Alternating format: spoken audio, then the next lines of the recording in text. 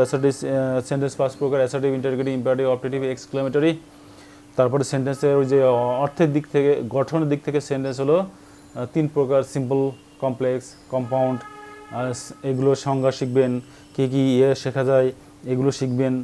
তারপরে হলো positive, negative শিখবেন। এইগুলো শিখতে শিখতে আপনার অনেক 2 মাস 3 মাস সময় লাগে, কারণ আপনি তো কন্টিনিউয়াস করতে পারবেন না, আপনার তো আরও অনেক সাবজেক্ট আছে। এভাবে করতে গেলে আপনার অনেক সময় লাগে। দেখা যাচ্ছে আপনি পরে এগুলো করতে ভয় পাচ্ছেন, মানে এগুলো অনেক চ্যাপ্টারটা আপনার মাত্র 5 নম্বর 7 নম্বর যাই হোক না কেন, কিন্তু আপনাকে পড়তে হবে, এই চ্যাপ্টারে পড়তে হবে অনেক বেশি।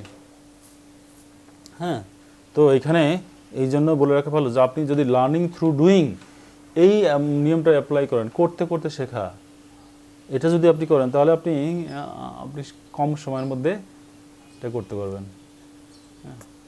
আর হলো আপনাকে অবশ্যই জানতে হবে যে সিম্পল সেন্টেন্স কাকে বলে, কমপ্লেক্স সেন্টেন্স কাকে বলে, কম্পাউন্ড কাকে বলে, এটা কিভাবে চেনা যাবে। এটা হলো আপনি এটা আস্তে আস্তে আপনি জানতে পারবেন। হ্যাঁ, তো এটা এমন নয় যে আপনি সব কিছু শিখে নেবেন তারপরে বলবেন, ঠিক আছে।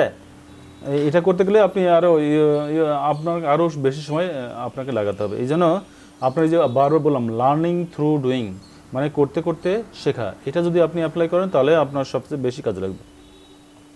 আচ্ছা, আরেকটা উদাহরণ বলেছিলাম যে ওই যে শেষেটা, দেয়ার ওয়াজ নাথিং টু ডু। আমরা করলাম যে ওই যে নিয়ম অনুসারে প্রথমে ওই সেন্টেন্সে অক্সিলারি ভার্ব আছে হলো ওয়াজটা বাক্যের প্রথমে ব্যবহার করলাম, তারপর দেয়ারটা ব্যবহার করলাম, দেয়ার আছে, আর নাথিংকে করলাম এনিথিং। আপনি শর্টকাটে এটা নিয়ম যে নাথিং যখন থাকবে তখন সেই সেন্টেন্সকে যদি ইন্টারোগেটিভ সেন্টেন্স করতে হয় এনিথিং ব্যবহার করতে হবে, আর বাকি অংশটা ঠিকই থাকবে। হ্যাঁ, এইভাবে আমরা অনেক ধরনের পরিবর্তন করতে পারবো। আশা করি যে আপনারা যদি আমার সঙ্গে থাকেন, if you stay with me, if you stay connected with me, we can change many sentences like this.